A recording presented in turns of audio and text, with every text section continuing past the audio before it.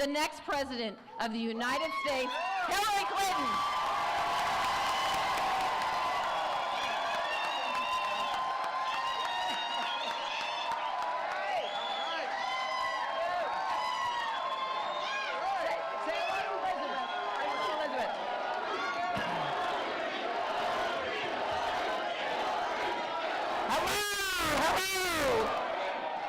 Wow, it's great to be here, and I am incredibly honored and excited to be sharing a platform with two extraordinary people, someone who I hope will be your next senator.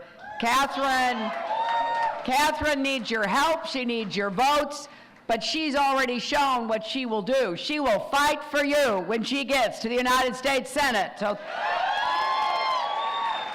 I want to thank Tom Perez, who has been working so hard to improve conditions for workers across America. I'm delighted he could be here with us today. I want to thank my longtime friend, Representative Dina Titus, who is also with us. I also want to recognize our entire crew here. People are going to go out and do canvassing. I want to thank Carmen LaRue for speaking on the pre-program. I want to acknowledge Dee Taylor, President of Unite Here. And I want to thank the plumbers and pipe fitters, Loco 525. Before I get into my remarks about what's at stake in this election, and thanking you for what you're doing to bring out the vote, I want to say just a few words. I want to say a few words about the two police officers who were killed in the line of duty in Iowa. This is horrifying, heartbreaking. It is totally unacceptable. I have spoken with the mayors of the two cities where it happened, Des Moines and Urbandale. I also had a chance to talk to the chief of police in Urbandale. I certainly expressed our condolences and told them that my thoughts and prayers were with the families of the fallen officers and with their fellow officers. You know, as president, I will bring the full weight of the law down on anyone who kills a police officer and see to it that they are brought to justice. I also believe that everyone is safer when the police respect the people they protect and when the people respect the police who serve them. And we have got to get back to showing respect and support for each other. And we also must do much more. I've been speaking with police chiefs and mayors and law enforcement officers across America, and I asked them, if there's one thing that you need, what is it? And they said, we need help to deal with people who have mental health problems. I hear it across America, and we're going to do something about both mental health and addiction when I am your president.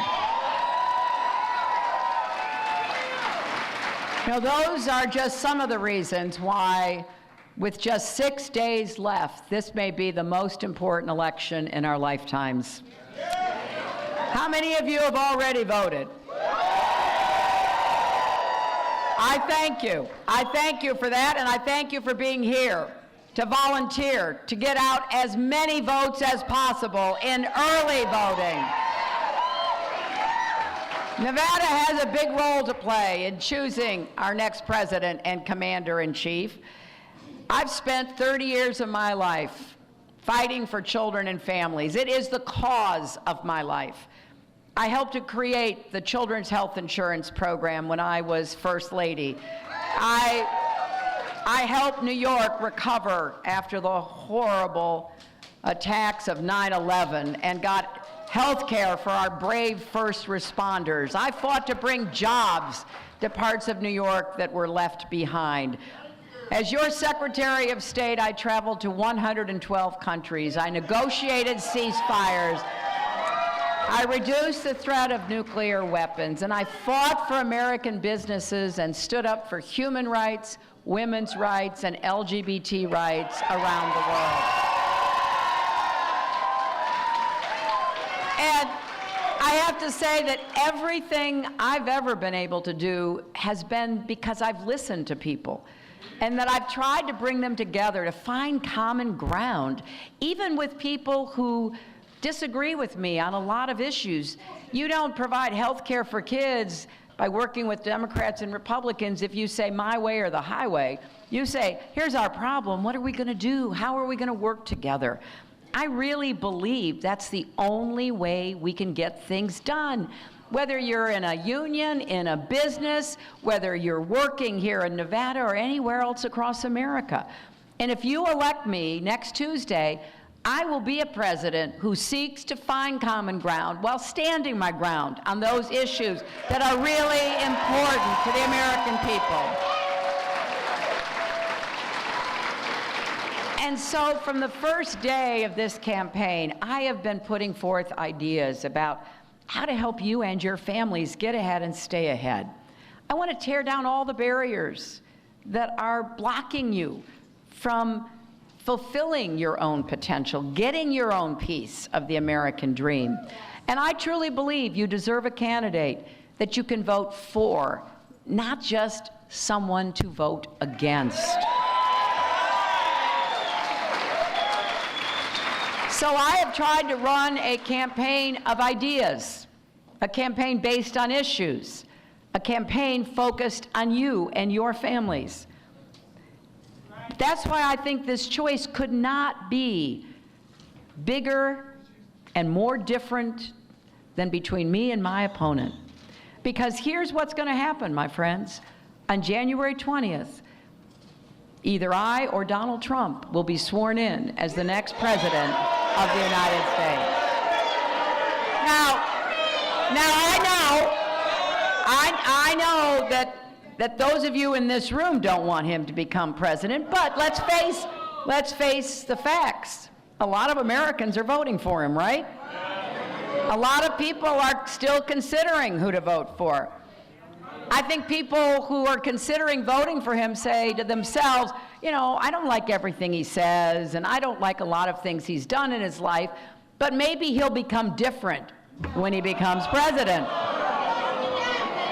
And then I think some people are saying, well, maybe I'll just sit this one out. I can't really make up my mind. I don't know who's really going to help me and my family. And I think those of you who are out there on the phones for me, canvassing for me, talking to your friends and your coworkers, you know what an important choice this is. And you have 6 days to convince everybody you can talk to get out and vote. Now, here's something I hope you will try with the people you're talking to. I'm asking Americans to do this too. Just take some time and think. Imagine that on January 20th, 2017, it is Donald Trump standing in front of our Capitol and taking the oath of office. Now, remember, because on January 20th, we are going to have a new president. And things are going to change, that's for sure. The question is, what kind of change are we going to have? Are we going to build a fairer, stronger, better America? Or are we going to fear the future and each other? Imagine with me what it would be like to have Donald Trump sitting in the Oval Office come next January. Someone who demeans women, mocks the disabled, insults Latinos and African Americans. What would it be like to have that person in the most powerful office in the world? What would it be like to have a president who pits people against each other, who doesn't try to pull America together? What would your life be like if he were in the White House. And the truth is, we really don't have to guess. We just have to look at everything he has said and done in his career and in this campaign. It's a good preview of what would likely happen. You know, the great Maya Angelou said, when someone shows you who he is, believe him the first time, right? If you add up all of the people and all the groups of people that he has insulted and demeaned, it makes up way more than half of America. Like if you're an immigrant, or your parents or grandparents, like my grandfather was an immigrant, you know how you will be treated and what you will be thought of. We'd have a president who has shown very clearly how he feels about immigrants from the very first day of his campaign. He's promised to round up millions of immigrants and kick them out, even if that means tearing apart families and hurting our economy. If you're Latino, you know what life would be like, because we'd have a president who doesn't see you as American at all. He went after a distinguished federal judge born in Indiana who said, Donald said he couldn't be trusted to do his job because he was, quote, a Mexican. That judge is as American as Donald Trump.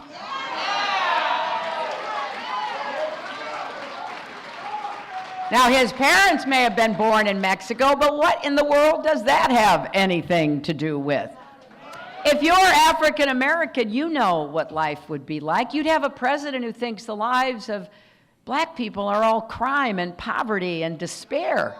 He has no idea of the strength of the black church, or the vibrancy of black-owned businesses, or the excellence of historically black colleges and universities, and the success of black Americans and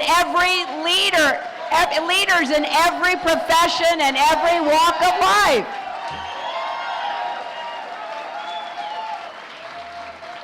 He doesn't have a clue. And if you're Muslim, you know what life would be like. We'd have a president who views people of your faith with deep suspicion and who wants to ban every Muslim in the world from ever coming to the United States, and wants to undo a core tenet of our Constitution. In this country, we defend religious freedom. That brought many people to our shores. Now, we also have seen him insult nearly everybody else, too. And the thing that is so shocking to me is no matter who you are, what your background is, if you don't fit into a very narrow category of people that he can relate to, then somehow you don't have a part in Trump's America. That really bothers me. Now, if you're not Mexican American or African American or Latino or Muslim or an immigrant, you might say to yourself, well, hey, well, maybe this doesn't have anything to do with me, but it does. Because you're an American. And you know, in America, we don't like other people being treated unfairly. We don't like other people being judged superficially. And you can know all you need to know about Donald Trump by just looking at how he treats people. If you're a proud union member, you know what your life would be like? This is a man who just last year tried again and again to block a union at his hotel right here in Las Vegas. A man who says wages are too high and wants to get rid of the national minimum wage, who has no idea how much hard-working American families need a raise. And if you're a small business owner, you also know what kind of president he will be, because he's made his fortune off the backs of people just like you. He refuses to pay contractors and workers. He often offers them pennies on the dollar for work they've already done. And he says, if you don't like it, take me to court. There are people who had to declare bankruptcy, lay off their workers, close their shops forever because they did work for him and he wouldn't pay them. This should be disqualifying for the job of running the American economy.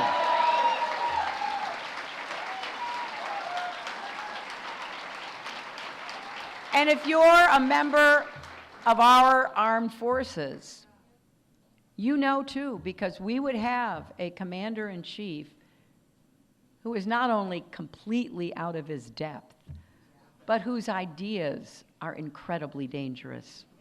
He actually says more countries should have nuclear weapons.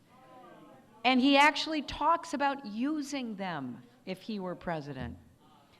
A few days ago in Ohio, a man named Bruce Blair introduced me at a rally. As a young Air Force officer, Bruce Blair's job was to sit in an underground bunker in Montana to be ready to launch nuclear weapons if the president ever gave the order. So when he hears Donald Trump talk so casually about using nuclear weapons, it chills him to the bone. He knows our commander-in-chief needs to be steady, not reckless, rational, not hot-headed. And that's why he and dozens of former launch officers like him have come out in strong support of my campaign. And I am grateful for that. But it doesn't stop there, because Donald Trump calls our military a disaster. He says he knows more than the generals. He's insulted prisoners of war. He says he likes people who don't get captured. And he attacked a Gold Star family whose son was an Army captain who died saving his men from a suicide attack. And just think about what life would be like for women and girls. Our girls would grow up with a president who proudly ranks women by their looks, who brags about doing things to them without their consent. Just imagine what that might do to young girls and women's confidence and self-worth. And imagine how it will affect our boys to grow up with a president who talks and acts like that. And on top of everything else, he refuses even to say he will accept the results of the election. You know, after going on the insult attack against so many people, I guess his final target is democracy itself. Now, I want everyone to know that I respect the choice you make. You know, we were on the debate stage right here in Las Vegas for the last debate. And we were asked if we would respect the outcome of the election. I will. He refused to say he would. That has never happened in American history before. Donald Trump has shown us the kind of person he is and the kind of president he would be. How he treats people he doesn't like, how he perceives large groups of Americans, how he's conducted his business with so little regard for workers and contractors. He's used every trick in the book to get out of paying taxes, someone who says he's worth billions, but contributes zero to our military, and zero to our vets, and zero to Pell Grants, zero to highways, zero to everything. And we know how he thinks and acts toward women. So as you think about this decision, as you talk with people to help convince them to come out and vote, remind them what's at stake in this choice. everything, everything.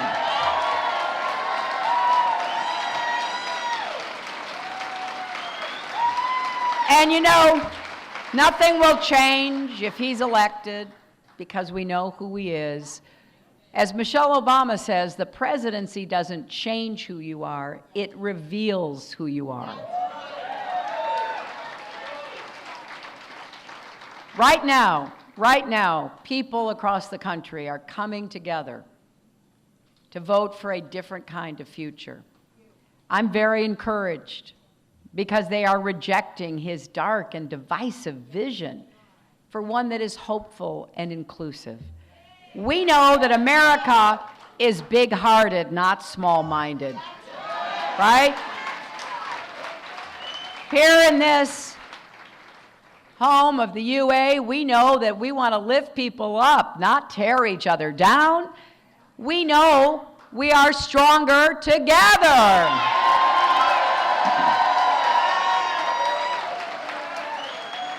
So I want you to tell everybody, here's what we're going to do if they join us.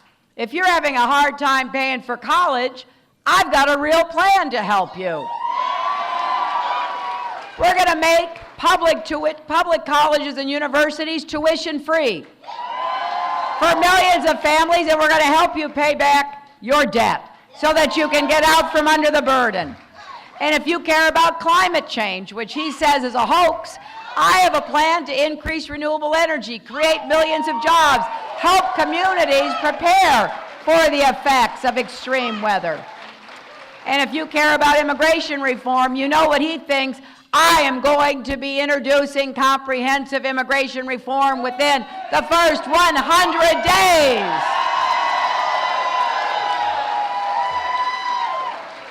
And if you care about defeating the terrorists and reducing the number of nuclear weapons in the world and keeping our country safe, I know what we have to do. I am ready to take on the threats that we face at home and abroad.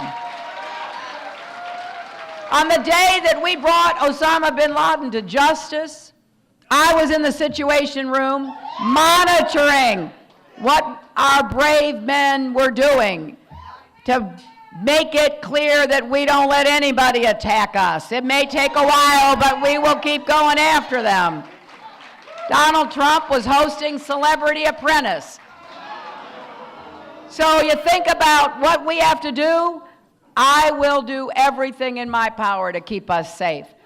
And if you care about LGBT rights, he wants to undo marriage equality. We believe that people should be respected and have dignity and have the right to marry. And so, we're going to keep working to protect the rights of women, to make sure that Planned Parenthood is not defunded. And we're going to try to save lives in America by working with responsible gun owners and the vast majority of Americans to take steps to keep guns out of the hands of mentally ill people, of domestic abusers, of felons, to let's protect lives, right? So here's what we've got to do. If you care about workers, you know what he thinks about unions. I will defend your rights. I believe that when unions are strong, America is strong. So, think about any issue you care about. It is on the ballot. It may be my name and his name, but it's on the ballot. So we know what we have to do. You got to vote, and you got to get everybody to vote. We have 200 million Americans registered to vote. That's a record, including 50 million young people, more than ever. And more than 31 million people have already voted early. And that includes 500,000 people right here in Nevada. And when I leave here, I'll be going to Arizona because we are going to fight hard in Arizona.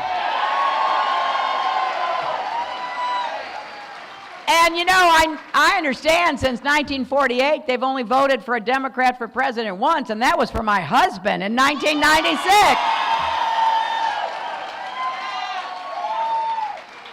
So Bill and I love Arizona, and it's close and competitive, and it's going to be a great honor to campaign in these last 6 days across this country, because this, my friends, is not a normal election, right? And millions of people, Democrats, Republicans, and independents, are standing up and saying, we believe in an America that is great because it is good. An America where women are respected, where immigrants are welcomed, where veterans are honored, where parents are supported, where workers are paid fairly, where marriage is a right, where discrimination is wrong, where everyone counts and everyone has a place. I will do my best to bring people together, not pull them apart. So please, let's get out. Let's work these last 6 days. Let's make sure that we win on Tuesday and we prove love trumps hate. Thank you.